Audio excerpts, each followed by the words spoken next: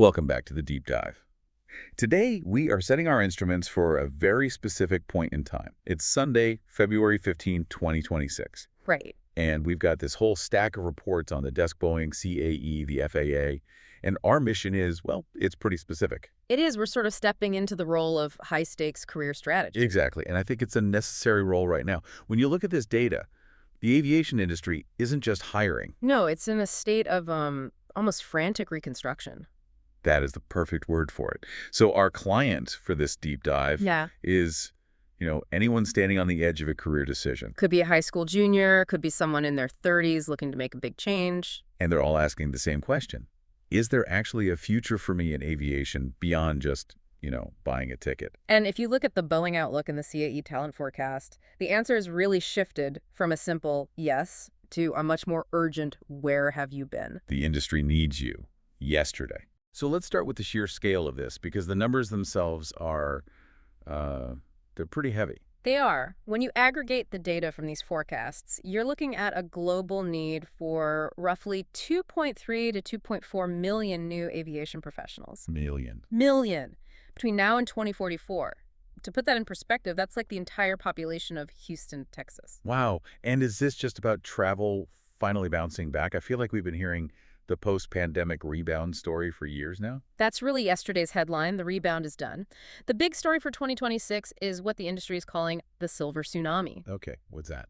It's pure demographics. You have a massive generation of pilots and technicians all hitting that mandatory retirement age at the same time. So it's a brain drain. It's a huge exodus of institutional memory. I mean, look at the U.S. maintenance sector alone. Right. One data point suggests 83% of technicians could retire in the next decade. 83%. That's not a gap, that's a canyon. It's a staggering loss of skill, and that has to be replaced immediately, regardless of whether passenger numbers even grow. So if you're a young person entering the field now, you aren't just fighting for a spot. You are literally being drafted to fill a vacuum. Right. And while we often focus on North America, we have to look globally.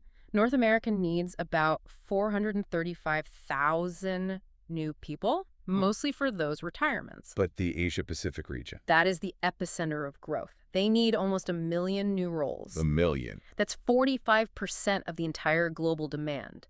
So if you're willing to relocate to, say, Singapore or Tokyo, your leverage is just incredible. And we're still feeling the effects of earlier shortages, right? Absolutely.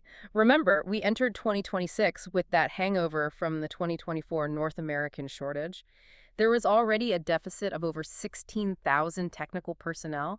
That gap hasn't closed, it's compounded. So the hiring posture right now is just incredibly aggressive. To say the least. Okay, so let's map this out. We have the demand. Let's break down who exactly they need. Because I think most people's default setting is just aviation equals pilot. And that's the tip of the iceberg problem. Yes, of course, Boeing says we need 660,000 new pilots globally. It's the glamour role. Sure. But if you look at the other columns on the spreadsheet, the story really changes. You're talking about the technicians. 710,000 technicians.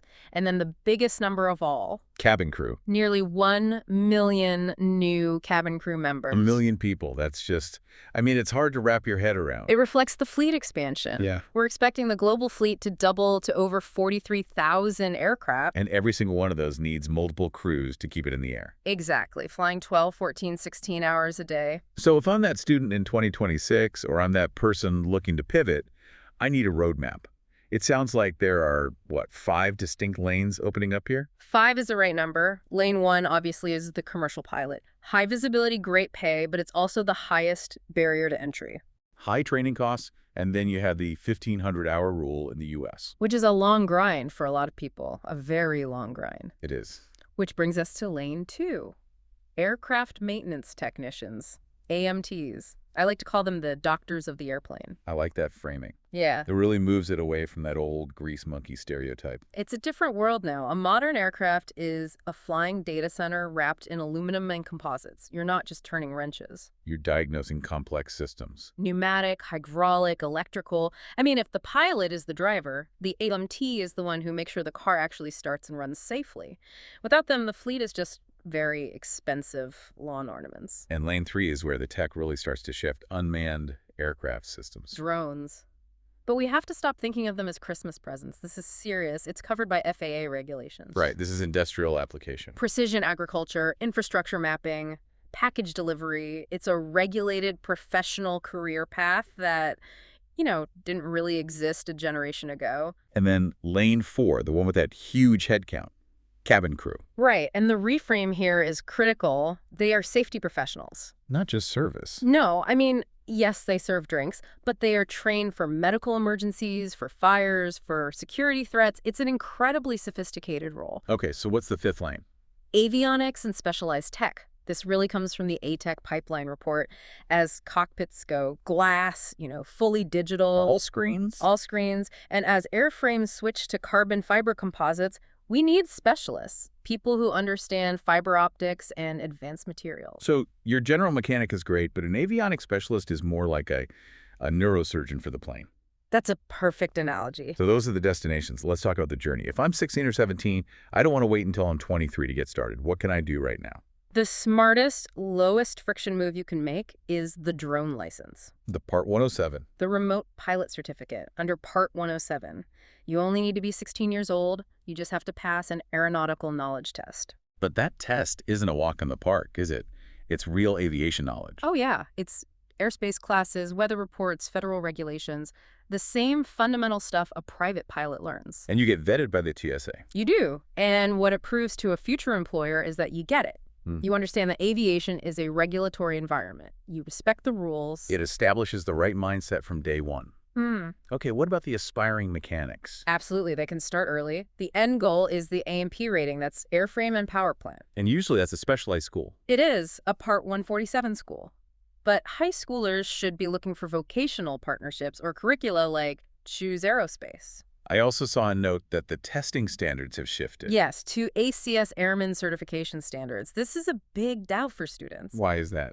It means the test now actually mirrors the job. It's less about memorizing textbook trivia and more about demonstrating you can actually perform the task safely. If you can get into a program that teaches to those standards early, you are miles ahead of the curve. Let's talk about the elephant in the room for pilots. Medicals. I know people who just gave up on flying because they were terrified of failing the medical exam. It's a huge anxiety point. And look, if you want to be a captain on a Boeing 777, yes, eventually you need a first-class medical. It is very strict. But for a student just starting out? For a student, or even someone just building hours, you need to know about basic med. Okay, basic med. It is essentially a regulatory hack in the best way possible to lower that barrier. So how does that work? If you have a valid U.S. driver's license and you've held any FAA medical since July 2006, you can opt for basic med. And you don't have to see one of those FAA doctors. No. You take an online course every 2 years, and you visit your regular state-licensed physician every 4 years, your family doctor. And you can still fly real planes with that. Absolutely. Aircraft up to 6,000 pounds, carrying up to 5 passengers. That covers almost every trainer you'd ever fly. Cessnas, Pipers. So it lets you build your experience and, frankly, see if you even like it before you stress about the first-class medical. Exactly. Don't let the first-class medical stop you from taking that first lesson. It's a crucial unlock. Speaking of training, we have to talk about the SIA sim. Students in aviation. This feels like a piece of the puzzle that just didn't exist for a lot of us. Ooh, this is a fantastic example of technology democratizing access. I mean, historically, to learn to fly, you had to rent a plane for $150, $200 an hour. The SIA sim brings a high-fidelity simulator right into the high school classroom. Right. And we are not talking about Microsoft Flight Sim on an Xbox controller. No, the hardware here really matters. It uses a real yoke, a real throttle, rudder pedals, a trim wheel. It's tactile. It builds that crucial muscle memory. I saw in the specs that it runs on Linux. Why does the operating system even matter here? It matters to the teacher. Linux is stable. You don't get a mandatory Windows update in the middle of a lesson. It just means the tool is reliable. You turn it on and you're flying. But beyond the fun factor, what's the actual educational value? It is all about ADM, aeronautical decision-making. So perceive, process, perform. Spot the danger, figure it out, and then fix it. That's the loop. In a real plane, practicing an engine failure is stressful. It's expensive. In the SIA sim, a student can practice that loop 100 times before lunch for free. So they're learning radio calls, how to scan instruments. And how to make decisions. So by the time they finally get into a real cockpit, their brain is already wired for that environment. And the SIA Foundation is donating these sims. Over 120 units by early 2026. Joe Canepa founded it with the goal of literally putting the controls in the hands of the next generation. It's huge. So we've got the path, the tools, the demand. Let's get to the hard part, the financials. Training is expensive. Is the ROI really there in 2026? Let's look at technicians first. Based on the data, an entry-level AMT, someone with maybe 1 to 4 years of experience, is looking at a total compensation of around $35 an hour. That's a solid living wage right out of the gate, especially compared to other trades. And the trajectory is steep.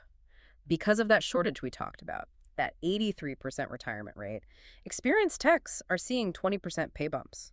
Supply and demand is really working in their favor. And for pilots. We hear about the big salaries, but also the big debt. The debt is real, no question, but the earning ceiling is incredibly high. Median pay is well over $134,000, and that data is already lagging. And the regional airlines have had to step up, right? Massively. They had to hike their pay to stop the major airlines from poaching all their pilots. So those starving years at the beginning of a pilot's career are much more livable now. But you still need that upfront cash. You do, which is why you have to treat scholarship hunting like a part-time job. The AOPA Foundation has over $5 million in scholarships.